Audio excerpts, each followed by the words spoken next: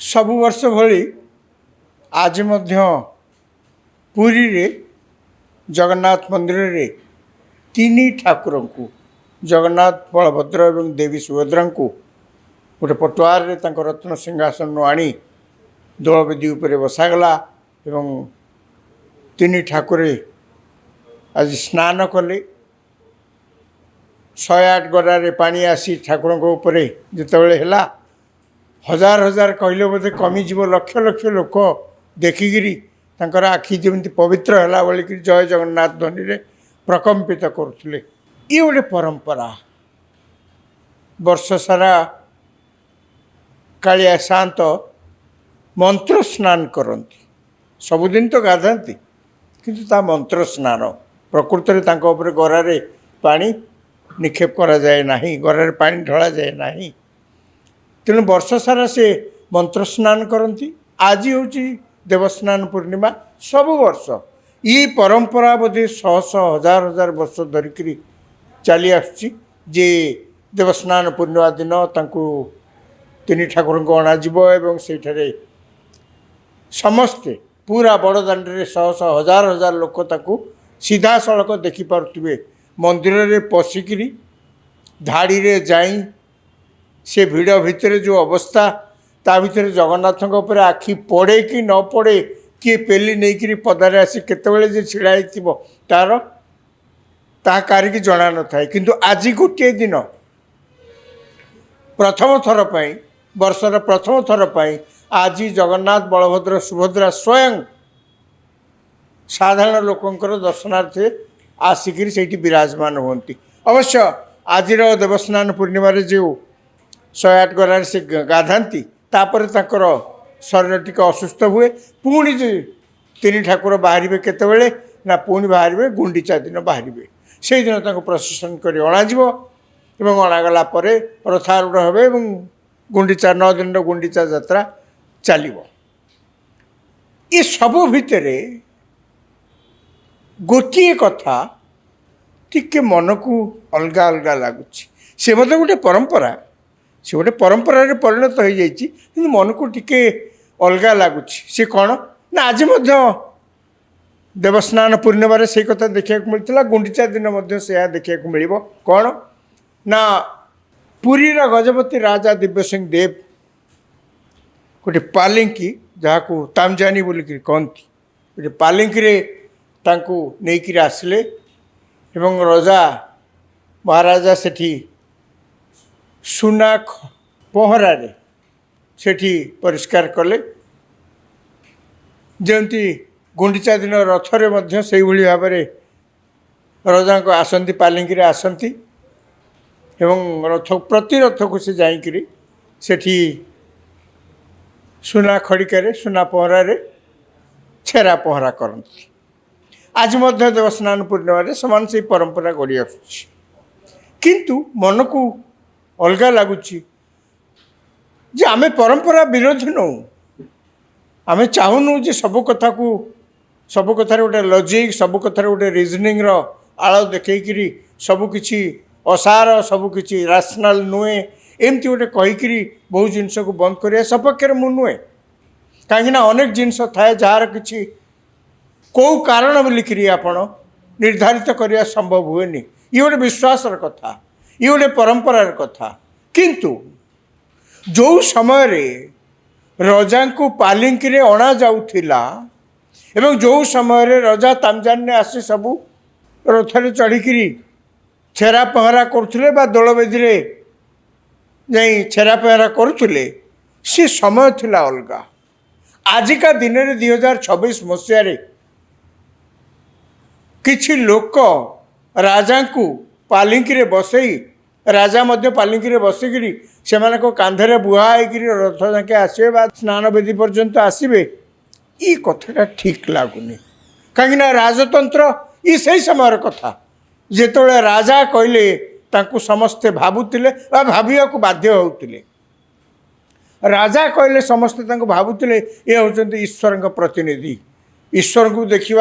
ଦେଖି ତ ପାରୁନେ, ଅନ୍ତତଃ ତାଙ୍କ ପ୍ରତିନିଧି ରାଜାଙ୍କୁ ଦେଖୁଛେ। ପୁରୀର ରାଜାଙ୍କୁ ପୁଣି ସାଧାରଣ ରାଜା ଭାବରେ ପରିଗଣିତ କରାଯାଏ ନାହିଁ। से जगन्नाथंकर आद्य सेवक से चलती विष्णु भाव आम धरी नहीं था एवं तांकर जगन्नाथ सहित संपर्क जगन्नाथंकर नीतिदिनिया रीति रीति सब गोटे बड़ योगदान अच्छी कहीं कहूना से सब बंद हो जाऊ बोली किंतु जो समय रजा को पालिंकी धरी लोक कांधे कांधे विभिन्न जगह नौले जगन्नाथ मंदिर स्नान पूर्णिमा दिन हो कि गुंडीचा यात्रा दिन हो आणुले सी जुग कला अनेक जिनस से जगन्नाथ मंदिर थिला अनेक रीति नीति से जगन्नाथ मंदिर थिला जहाँ समयक्रमे आउ नहीं एबे केते भेष थिला आजिका दिन रे जगन्नाथ मंदिर रे कौन सेतिकी भेष होउची गोटे समय रघुनाथ वेश होता आउ तो आजिकल होनी गिरी गोवर्धन वेश होते आउ तो आजिकल होनी समय थिला जेतेबेले जगन्नाथ मंदिर को नेपाल कस्तूरी पठाउथिला नेपाल राजा तांकर जगन्नाथ मंदिर सहित बहुत वर्षर शह शह वर्षर निबिड़ संपर्क एवं नेपाल राजा कस्तूरी पठाउथिले कस्तूरी कौट आसे ना हिमालय पाददेश गोटे हरिण देखा जाती तांकरी पाखरु यही कस्तूरी मिले कालक्रमे जो मैंने सब पशुप्रेमी से सब या विरुद्ध स्वर उत्तोलन कले आउ कस्तूरी मिलवा कष्ट हो गला भारत और नेपाल मध्य जो संपर्क पूर्व थिला ता धीरे धीरे धीरे धीरे केमती ना केमती से भट्टा पड़ा आरंभ होला एमती परिस्थिति भितर नेपाल रु आउ कस्तूरी आसवा जगन्नाथ मंदिर रे व्यवहार होगापाई प्राय केते वर्ष बंद हो गलानी तार ठिकाना ना से भी गोटे परंपरा थिला से परंपरा तो बंद हो गलानी तेणु परंपरा गोटे बोलिकी तार आउ किछि संस्कार करा जाई पारिबो नाही परंपरा बोली तार आउ किछि व्यवस्था नुआ व्यवस्था करा जाई पारिबो नाही ए कथा भाबिया भूल समय थिला जगन्नाथ मंदिर भितर को हरिजन मान को पुरे देउ नथिले जो माने शेड्यूल कास्ट शेड्यूल ट्राइब लोक तांको जगन्नाथ कारण जा उठाव ना कहीं पुरे देउ नथिले समय थिला आमे देखिचे सारा ओडिसा रे मंदिर मानकर पशु बलि दिया जाउथला समय थिला आमे देखिचे देश रे सतीदाह प्रथा मध्य थिला आमे जगन्नाथ मंदिर रे देखिचे अनेक अच्छी जो मानू विभिन्न कारण सेठिकार सेवक माने जगन्नाथ मंदिर को कौन सी सेवा करने को सुजोग दियंती नहीं जगन्नाथ पाखक जाकि साधारण लोकटे पहुँचकर कौन जब करने चाहिए से प्रकार व्यवस्था से संभव नुहे जिते राजतंत्र थिला से रजा को 5 माइल दूर किए देखिले भी ये मुंड नईक नमस्कार करदे सी पचे आपको देखिपारे ये कि ये नौले मनीष भितर से सामंतवादी चिंताधारा एत उग्र थिला किंतु राजतंत्र गलानी एवं गणतंत्र यही गणतंत्र आप देखो कलिकतार गोटे समय मनीष मैंने रिक्शा टाणुले आउ जड़े तादेह बसुले मुझे अनेक थर बसी मत भारी व्यस्त लगे मुझे अनेक थर बसी किसी बाटा गलापर मुझे ओल्ल पड़ी ना मोर चलिक जी तुम्हें जाओ जहाँ पैसा नवा कथा नियो आजिका दिन में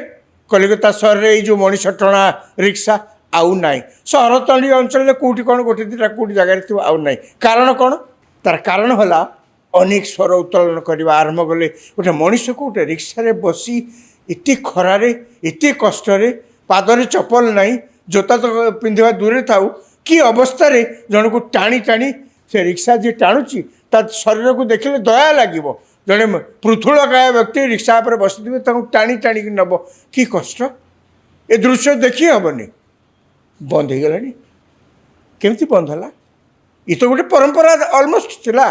ये तो बहुत वर्ष धरिकी चलुला तेणु राजतंत्र जहाँ होता ताजे वेद एवं परवर्ती समय सबु समय यह चलो एक भाविया भूल से लगे मुझे कहली गणतंत्र रे आमे परंपरार विरोधी नो आमे विश्वासर विरोधी नो आमे जगन्नाथ मंदिर संस्कृति रीति नीति सब चली था तार संपूर्ण सपक्ष महाराजा गजपति देव सेठी जाकि छेरा पहरा करतु जो प्रकार अच्छा ये तांकर एक नम्रता बोलिकी आम ग्रहण करुँ सम्मान दौचु किंतु तांकु किछि लोक पालिंकी रे बोईकी आनिबे ताम जाने बोईकी आनिबे याकु टिके हजम करवा कष्ट कहीं गणतंत्र रे प्रश्न तो करी होउछि ଏ ଅଧିକାର ତ ଗଣତନ୍ତ୍ର ଏତିକି ଦେଇଛି ନା